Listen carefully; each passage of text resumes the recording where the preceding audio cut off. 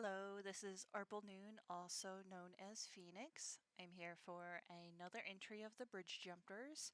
This time it is chapter 5, and hopefully you've seen all my other entries from my other videos. If you want to actually read this AU, go to archiveofourown.org, also known as AO3, search for arplenoon, and you'll find all of my Undertale AU writings there. Alright, let's get started. Summary. PJ returns to the Doodlesphere, confessing he met with error. Meanwhile, Legion Sans / Murder Sans is feeling discontent, playing his role as Murder Sans for Nightmare. Meanwhile, Prodigal and Zhi have a date in the apartment. When he returned to the Doodlesphere, Paper Jam blinked as the lights had been raised. Fresh was already back, fixing up breakfast as the two young skeletons, Pallet Roller and Lux, chased each other around the dinner table. "You two are going to break something," said Template, chasing after them, but stopped. "PJ, Gradient, you snuck out again!" "Guilty as charged." PJ gripped his satchel as he and his brother approached. Fresh looked up from the kitchen area. He was making eggs, bacon, and hash browns. Breakfast will be ready soon, broskies." "Where were you? Paper Jam, what's that dark stuff all over?" said Template, touching his coat where it was stained. The small artist error gasped. "This is Nightmare's blight. PJ, what happened?" At that, everyone turned their attention to them. He gritted his teeth. "I went to have breakfast with Error." "You what?" Another, "You what?" "PJ, you went alone? Error isn't exactly a safe this is Fresh. "PJ, you went alone? Error ain't exactly a safe dude, bruh." I cannot do Fresh. I'm terrible. I always have to ask Diamond to help me come up with lines for Fresh because I can't do it. "It wasn't Error's fault. It was an accident. Nightmare slipped in while we were talking, and we managed to scare him off," he said, telling half the truth. PJ didn't feel like explaining Error's foster kid or how he'd come to just be killed or captured. "Still, you should have waited till Ink is back. Error might have killed you, PJ," said Template. "I'm assuming you weren't able to find Ink?" PJ asked, turning his attention to Fresh. A solemn expression crossed Fresh as he shook his head. A dreadful air hung over the Doodlesphere. "I miss him," said Pallet. "He's supposed to be here when we visit, isn't he?" "Something's wrong. He's never been gone this long," PJ sighed. He took off his coat, letting it disappear into an invisible closet. "I'm going to check my messages," he said before gently floating. Gradient had already returned to his own data screen, PJ sitting next to him. Below, Fresh distracted the kids with a little word game and some puzzles. PJ felt Gradient's eyes turn to him. "How'd it go? Before Nightmare?" he asked. "Better than expected. He wants to meet you too. I'll tell you about it in a text," PJ whispered. No matter how he tried, Legion couldn't get the castle to feel warm. He rarely took off his jacket, even sleeping under several layers of heavy blankets. The smaller rooms he attempted to insulate refused to contain the heat of a fire for long. He couldn't remember the last time he felt comfortable, at least when Nightmare sent him off somewhere in the multiverse. He could seek a nap in a dry and warm place. Unless Nightmare wanted him or the others to do something, they were mostly left to their own devices, which also meant they were expected to do whatever it took to keep themselves alive. Legion recalled early in his implanted memories that food wouldn't be provided. He quickly got in the habit of sneaking food under his shirt and to bring back from missions, the others doing the same. This also meant anything else he wanted had to be stolen from places where they were sent to. Unable to sleep, he figured he might as well get up and clean. After all, he was the only one who bothered to do so. There were the servants, the Dark Fae who lived in the castle and obeyed Nightmare. But as was the nature of the Dark Fae, their appearance reflected the image of the person one feared to face the most. And for Legion, everyone appeared as Papyrus. As such, he avoided interacting with them as much as he could. He hated this place, himself, and everything in his waking reality.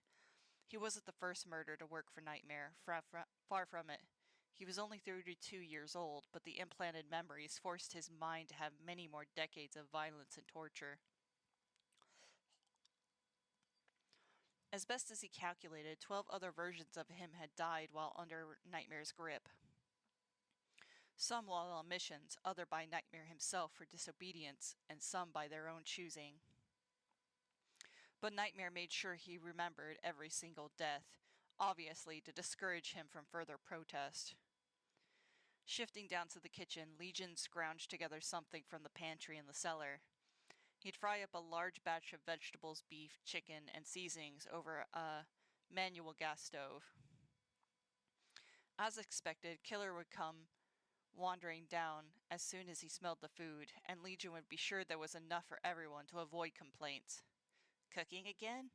Why do you bother?" said Killer. "Would you rather I not?" said Legion, Orin's eyes focused on his work. "Well, no, we all know why you do it. You know he'll just eat anything you give him. You don't have to bother cooking. He's not any better than an animal anyway." Legion had gotten used to hearing Killer belittle anyone who wasn't Nightmare. When Killer would start going on like this, Legion just kept his mouth shut. It wasn't worth fighting over. Begrudgingly looking back to his work, the meat and vegetables looked well enough sautéed.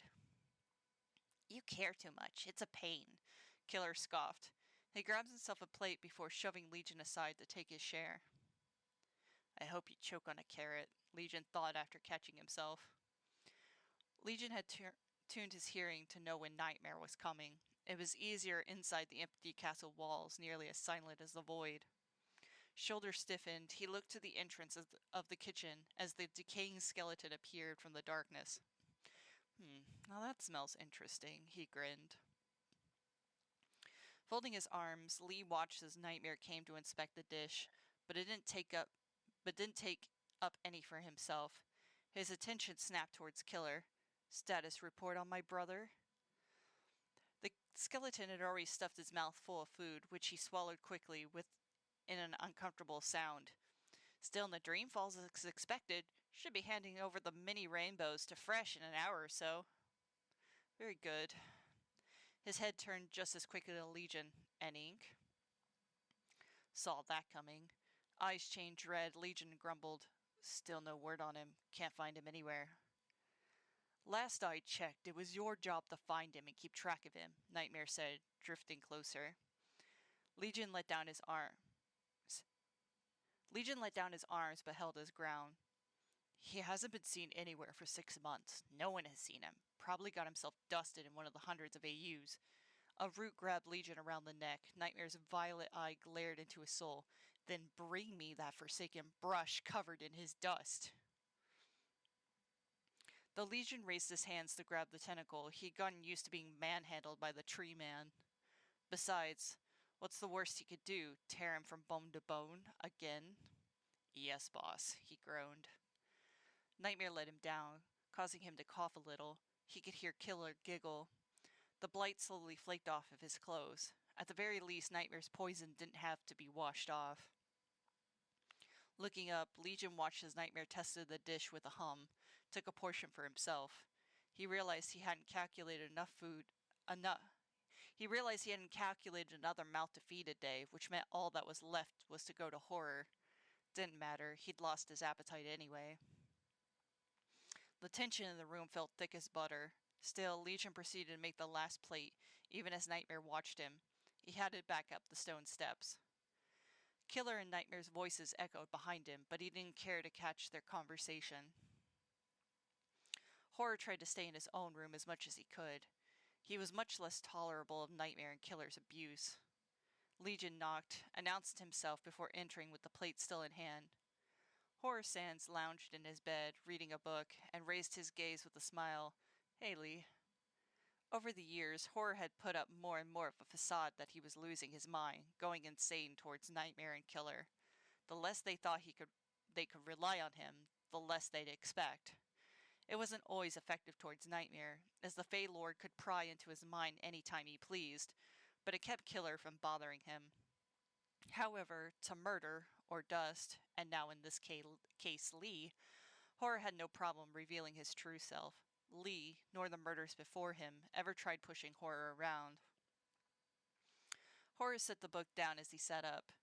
"Hey, you didn't have to bring me anything," he said as Lee handed him the plate.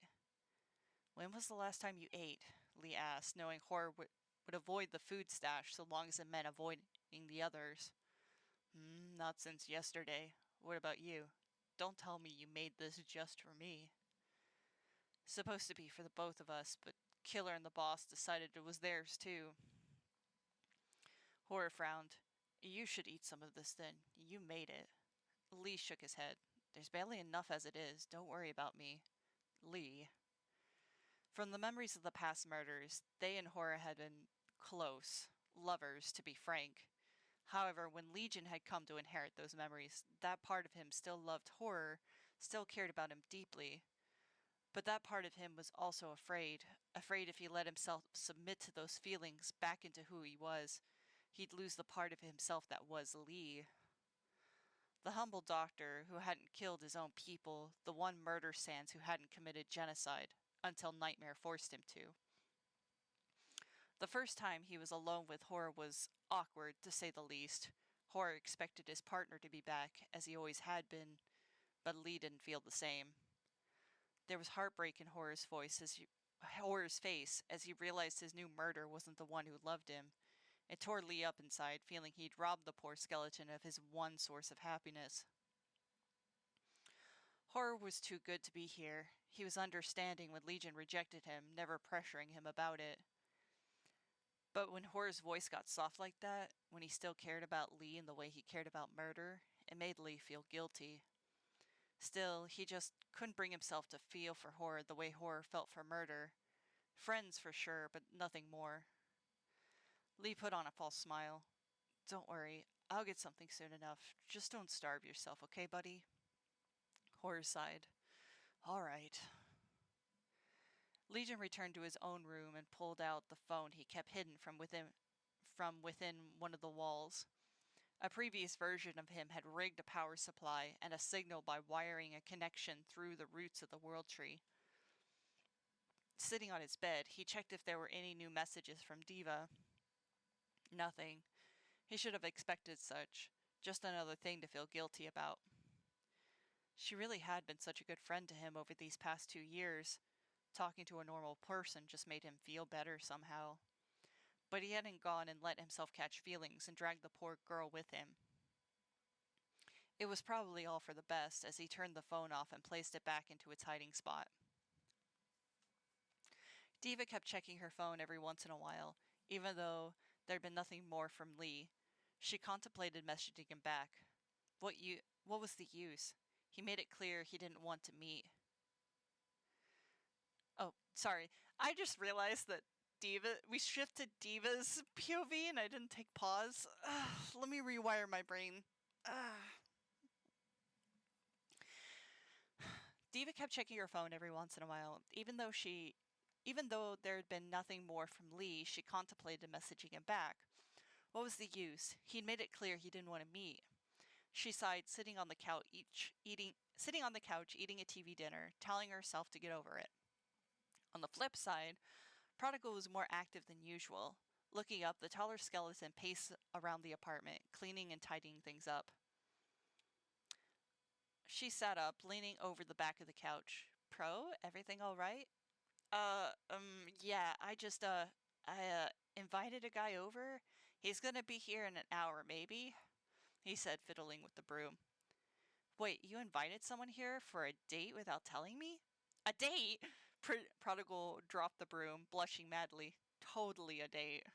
Diva giggled. "I'm not mad, just wish you'd told me. I'll pack a bag of clothes and go stay with Luna and Rhyme." "Wait, you're gonna just leave me here by myself?" he said, as she stood up to throw away what was left of her food. "I mean, you can't have your big sister being between you and your man, can you?" she teased. "Man? Diva, he's just a friend!" "Sure he is." Oh, I need to get some things for my routine tonight. You said he'd be here soon. Guess I should at least give him a vibe check before leaving you two alone, she winked before heading to her room. After packing and putting on a nicer wig and a casual dress, Diva hung out waiting for Prodigal's date to arrive. She couldn't help but chuckle to herself, hearing him scramble about the apartment. It just made her happy to know he had been up to something other than sulking. When the doorbell rang, Prodigal screamed, "I'm not ready!" and ducked into his room. She snickered and answered the door, ranking her head higher than she expected. Sure, most papyruses were tall, but this man was a giant. He blinked, also lowering his head to meet her gaze. Is this where Prodigal lives? She grinned anxiously, hearing Prodigal say something behind his door. Yeah, come on in, she said, sidestepping for him. The tall skeleton ducked slightly to enter before looking around. I'm Diva, by the way, Prodigal's sister, she said, hand on her hip. Zhi, nice to meet you. She gave an uncertain hum, listening to something crash in Prodigal's room and looking back up. Zhi, huh? Aren't you scary? Sure, he said, uncertain what to do. In a moment, she teleported onto the counter to stand over him, her eyes dark as she pointed at his face. Now listen here, Prodigal is the most important person in my life. If you even think of hurting him, I'll personally rip every single flower out of your bony ass. Got it? The anxious look on his face made her point clear. Yes, ma'am. She hopped down just as Prodigal opened his door. Odd not seeing him in his jacket, but also charming how he tried to dress nicely with a simple maroon turtleneck and a heart locket. Oh, you let him in. Smiling, Diva winked at Pro as she grabbed her bags. Well, I'll be off. Call me if you need anything, she hummed and headed out. She watched the skeleton woman go, breathing in relief. He had no idea how she managed to terrify him in a matter of seconds, but he would be sure to take her words to heart. Looking back to Prodigal, his friend wrung his hands nervously. So this is my apartment. That's Diva's room, so we won't go in there. The kitchen, the couch, and the TV. And this is Spooky, our cat, he said, picking up a strange black void of a feline. It just purred as it hung from Prodigal's hands like a wet noodle. I see, Xi signed and looked over at the kitchen. Ordering out? Uh, I knew I forgot something, said Pro, his bones rattling. He rushed into the kitchenette and started searching the cabinets. Xi waved to get his attention. It's all right. Chinese? I'll pay. Oh, Diva orders Chinese all the time. Pro frowned. Pizza? Pizza seems awfully, basic. Is that bad? No, pizza's fine, he said before grabbing the apartment phone. Even though Xi had offered to pay, Prodigal ended up paying anyway. In the meantime, Xi wandered over to sit on the couch where the feline demanded affection. There was a long pause after Pro hung up the phone. Xi looked over to catch him, frozen in anxiety. So, gosh, you want to watch TV? I don't really like TV. Can we just talk? Xi signed. A papyrus who didn't like TV. That was new, but not a problem. Oh, okay, I know. Do you like poetry? I write sometimes. She smiled warmly. I love poetry. Great! I'll go grab some, said Pro, rushing off to his room. He returned moments later, plopping on the opposite of the couch. The longer he searched through the handful of well-worn spiral journals, the more his hand shook. No rush, Xi tried to reassure him. It's just, all these sound so depressing and awful. It's not really poetry. I didn't think this through. If it's written from the heart, I'm sure it's good. Alright, well, here's one. He cleared his throat. Every morning I gave for you, your innocent smile, your kind words. But those last mornings I stole for myself, for our people, those mornings taken from you, if I could have stopped waking, I'd give back every squandered second. It wasn't the poetry Xi was used to, and he was having difficulty understanding its meaning. But the way Prodigal shook his head and buried the journal under the pile, he knew it meant something important. It's nice. Thank you. Do you write poetry, Zhi? I used to, not since I came to the OT. Oh, well, why don't you tell me one of your poems? Zhi paused. He hadn't He didn't have the best memory, but he could possibly reconstruct something similar to what he'd written. Snow and rice, one and the same, one frozen, the other steaming, both soft to the soul. Prodigal blinked, but seemed pretty impressed. I like that. It's simple. Back home, everyone learned to read and write with poetry. I wasn't a poet. It's just what everyone did. But I liked poems from other people. Why don't we write some poetry together? A blush crossed the smaller skeleton's face, but he smiled with excitement. Really? Yes, let's write some poems together.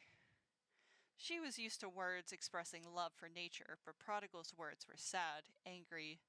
He didn't mind. Poetry could use a little melancholy. Even after the pizza arrived, they barely ate, both caught up in a web of wordplay. Both smiling, each new line became more clever than the last. Your spiders crawl through my eyes and into my skull. They don't weave a soft silk, but chip away at bone and soul. What secrets are you hiding away in me? What could you not let die in the earth that you made my body your graveyard? Zhi couldn't judge Prodigal for his woes. In many ways, he'd been through the same. Anyone who belonged to the OT who hadn't been born there all shared a collective trauma of losing their homes. A silent vigil held them for several minutes. Zhi reached to gently grab Prodigal's hand in his own. I'm sorry. Tears fell from Pro's eye sockets. He wiped them away with his free hand. It never goes away, does it? The pain? I don't think it does. Prodigal squeezed his hand tightly until their fingers wove together. There are these days we've died, our dust just like snow in eternal white. I wish we could burn instead, so the black ash showed where we tread.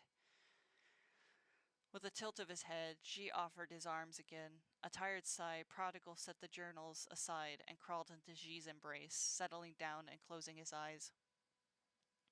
Feeling pretty tired too, it was probably the early hours of the morning by then. Zhi settled back as well. Is this too fast? Zhi had to admit, though he wasn't sure about the idea of giving his life for Prodigal just on a whim. A skeleton monster had walked into his life, filling a part of his soul that had felt empty for a long time.